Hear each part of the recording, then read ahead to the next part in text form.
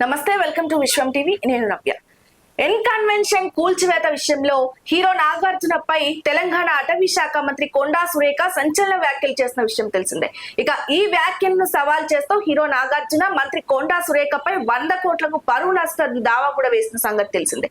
ఈ నేపథ్యంలో ఈ విషయానికి సంబంధించి నిన్న అంటే నవంబర్ 12న తాను చేసిన వ్యాఖ్యలను ఉపసంహరించుకుంటున్నట్లు కూడా మంత్రి కొండా సురేఖ ఎక్స్ వేదికగా ట్వీట్ చేశారు.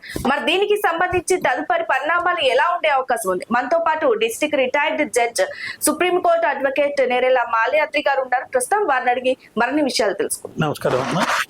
ఇప్పుడు ఎన్ కన్వెన్షన్ కూల్చివేతకి సంబంధించి తెలంగాణ రాష్ట్ర మంత్రి కొండా సురేఖకి నాగార్జునకి మధ్య వైరం వచ్చిన విషయాన్ని కూడా మనం చూసాం. ఏదైతే ఇప్పుడు కొండా సురేఖ చేసిన వ్యాఖ్యలకు సంబంధించి కూడా ఆ వ్యాఖ్యలు ఉపసంహరించుకుంటున్నాను, ఇంటెన్షనల్ గా చేయలేదంటూ కూడా మంత్రి కొండా సురేఖ ఎక్స్ వేదికగా ట్వీట్ చేసిన విషయాన్ని చూస్తున్నాం. కాబట్టి తదుపరి పరిణామాలు ఎట్లుండే అవకాశం ఉంది? అక్టోబర్ 2, 2024 నాడు వాళ్ళిద్దరి మధ్యలో ఒక కాంట్రవర్సీ వచ్చింది. దేనికంటే ఈ మినిస్టర్ గారు ఒక స్టేట్మెంట్ ఇచ్చారు. కేటీఆర్ గారి వలన సమంత రూత్ ప్రభు అనే ఆమె మరియు నాగార్జున గారి కొడుకు నాగ చైతన్య మధ్యలో విడాకులకు సంబంధించి విషయాలు జరిగినాయి అని, కొన్ని అసభ్యకరమైనటువంటి విషయాలు ఆమె మాట్లాడిందనే ఉద్దేశంలో అటు రాజకీయంగా మరియు ఫిలిం పర్సనాలిటీస్ యొక్క ప్రత్యేకమైనటువంటి వాళ్ళకి సెలబ్రిటీలు కదా, వాళ్ళకి కొంచెం రెప్యుటేషన్ ఉంటుంది, అంటే అందరికంటే ఎక్కువగా ఆ రెప్యుటేషన్ దెబ్బతినే విధంగా ఆ వాక్యాలు ఉన్నాయి అని చెప్పి ఈయన మన నాగార్జున గారు ఒక క్రిమినల్ డిఫమేషన్ సూట్ వేశారు. ఆ సూట్ ఇప్పుడు ఇంకా పెండింగ్ ఉంది. ఆ సూట్లో మరి మినిస్టర్ గారికి సమ్మన్స్ కూడా వెళ్ళినట్టుగా విన్నాం.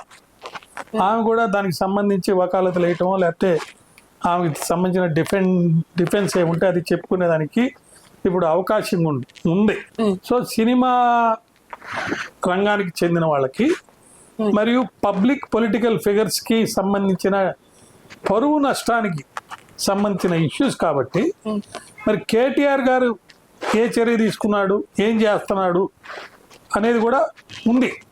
అంటే కేసుల విషయం కానీ లేకపోతే బయట దానికి సంబంధించి ఆయన డినై చేయటం, కామెంట్ చేయటం, లై డిటెక్టర్కైనా నేను సిద్ధంగా ఉన్నాను దేనికి సంబంధించి అని కేటీఆర్ గారు చెప్పడం కూడా మనం వింటున్నాం.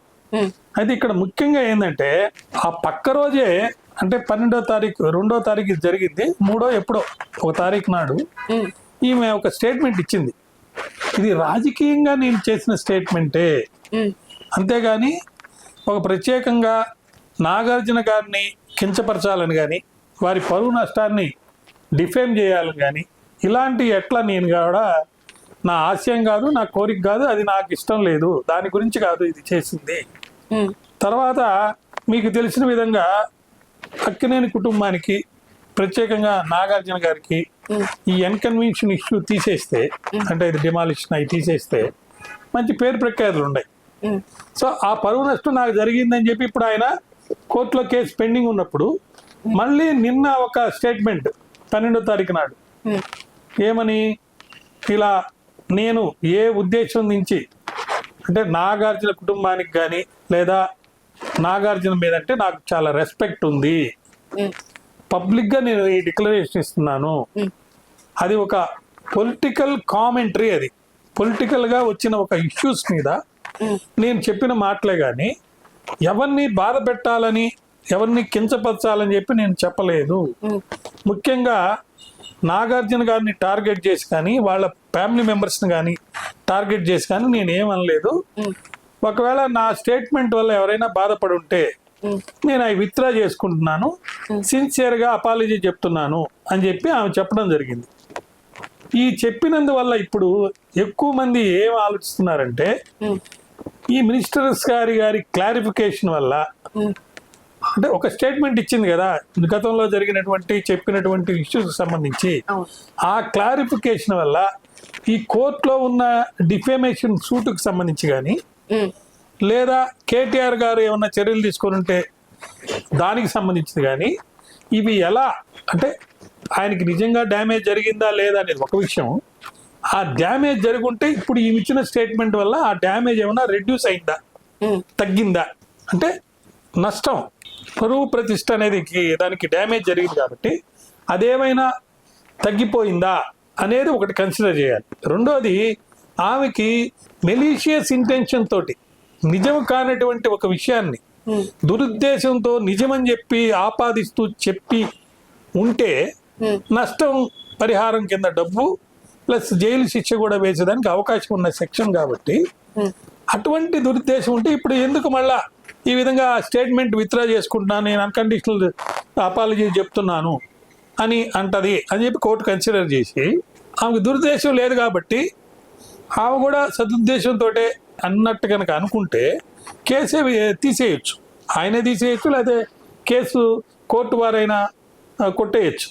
అయితే ఇక్కడ చాలా ముఖ్యమైన విషయం ఏంటంటే ఈ విషయానికి సంబంధించి అన్ని పేపర్స్లో పబ్లికేషన్స్ అయిపోయింది. అంటే ఒక్కసారి పబ్లికేషన్ అయిపోయిన తర్వాత పరువు నష్టం జరిగిపోయిన తర్వాత ఎవరైతే కేసు వేస్తారో, ఈ కేసులో నాగార్జున గారు కానీ లేదా కేటీఆర్ కానీ, వాళ్ళు విత్డ్రా చేసుకుంటే అది వేరే విషయం. అన్కండిషనల్ అపాలజీ చెప్పింది కాబట్టి మేము కేసు తీసేసుకుంటామని చెప్పుకోవచ్చు.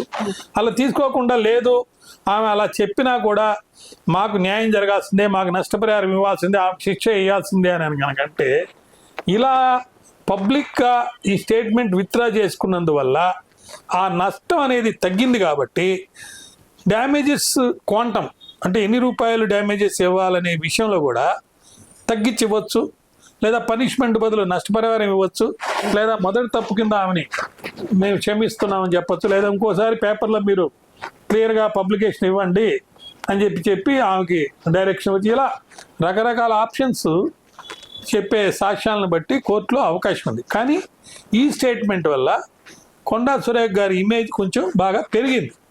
ఆమె వాస్తవంగా అప్పుడు కూడా చెప్పింది, దాన్ని ఇంకా క్లారిఫై చేస్తూ ఇప్పుడు ఒక స్టేట్మెంట్ ఇచ్చింది. కాబట్టి పబ్లిక్లో కానీ పొలిటికల్గా కానీ మనం చూస్తే ఈ హై ప్రొఫైల్ సీనియర్ మినిస్టర్లు, మంచి ఫ్యామిలీకి సంబంధించినటువంటి నాగార్జున సినీ ఫ్యామిలీకి సంబంధించిన వాళ్ళకి కానీ పబ్లిక్గా రెప్యుటేషన్ అనేది మీడియా వైజ్గా కూడా ఇంకా పెరుగుద్ది. గతంలో వచ్చినటువంటి కాంట్రవర్సీలో ఆ కాంట్రవర్సీ వాల్యూ తగ్గిపోవటం, ఆ డిఫమేషన్ బరువు ప్రతిష్ట అనేది పబ్లిక్గా అపాలజీ చెప్పారు కాబట్టి ఆ రెప్యుటేషన్ రిస్క్ అనేది మినిస్టర్కి కానీ ఈ సినిమా వాళ్ళకి కానీ ఆ పార్టీకి కానీ కాంగ్రెస్ పార్టీకి కానీ కొంచెం తగ్గింది కదా. దానివల్ల రేపు ఒకవేళ కోర్టులో కనుక ఆర్గ్యుమెంట్స్ అనేవి జరిగితే ఈ విషయాన్ని కూడా ఇట్లా నేను అన్కండిషనల్ అపాలజీ చెప్పాను అని చెప్పి ఆ విధంగా లీగల్గా ఆమెకి దీనివల్ల చాలా హెల్ప్ జరిగింది ఆమెకి. అదేవిధంగా నాగార్జునకి ఆయనకి రావాల్సిన నష్టపరిహారం కానీ ఈమెకి శిక్ష వేసే దాంట్లో కానీ కొంచెం డ్యామేజ్ అవుతుంది, తగ్గిపోద్ది. ఇవ్వాల్సిన డ్యామేజెస్ అనేది తగ్గించి ఇవ్వచ్చు. అది జరగబోయే దీని లీగల్ అండ్ పొలిటికల్ ఎఫెక్ట్.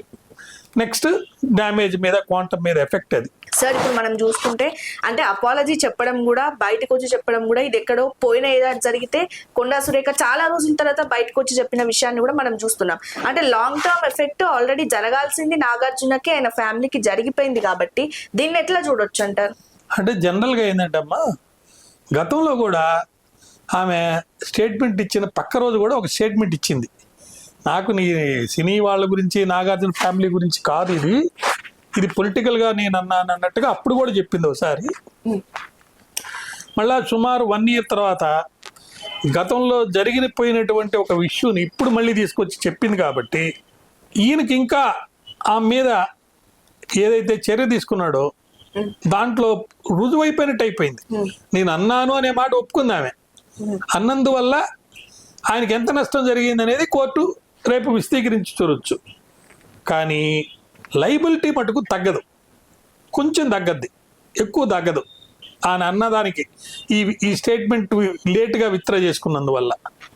కాబట్టి ఏదో పరిస్థితులు అవసరాలు బట్టి ఏమైనా ఇట్లాంటి క్షమాపణ చెప్పిందా, అంటే రాజకీయంగా కొన్ని అవసరాలు వస్తుంటాయి, లేదా లీగల్గా కూడా అమ్మ మీకు శిక్ష పెడతచ్చు, లేకపోతే నష్టపరిహారం వేయచ్చు, అందువల్ల మీరు ఇటువంటి అన్కండిషనల్ అపాలజీ చెప్తే దానివల్ల కొంచెం మీకు వాటిలో తగ్గచ్చు అని చెప్పి ఏమైనా అడ్వైజ్ కూడా ఉండొచ్చు లీగల్గా.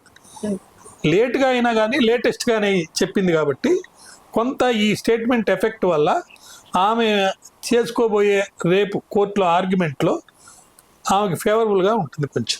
సార్ ఇప్పుడు ఏదైతే హీరో నాగార్జున 100 కోట్లకి పరువు నష్టం దావా వేశారు. అంటే 100 కోట్లు అంటే మామూలు విషయం కాదు కాబట్టి మనం బయట చూసుకుంటే ప్రాక్టికల్ గా కూడా ఇట్లాంటి సిచ్యువేషన్స్ రిపీట్ అయ్యే అవకాశం ఉంది. అంటే ఇంతకు ముందు ఎవరికైనా 100 కోట్ల పరువు నష్టం దావా నిజంగానే కోర్టు విధిస్తుందంట?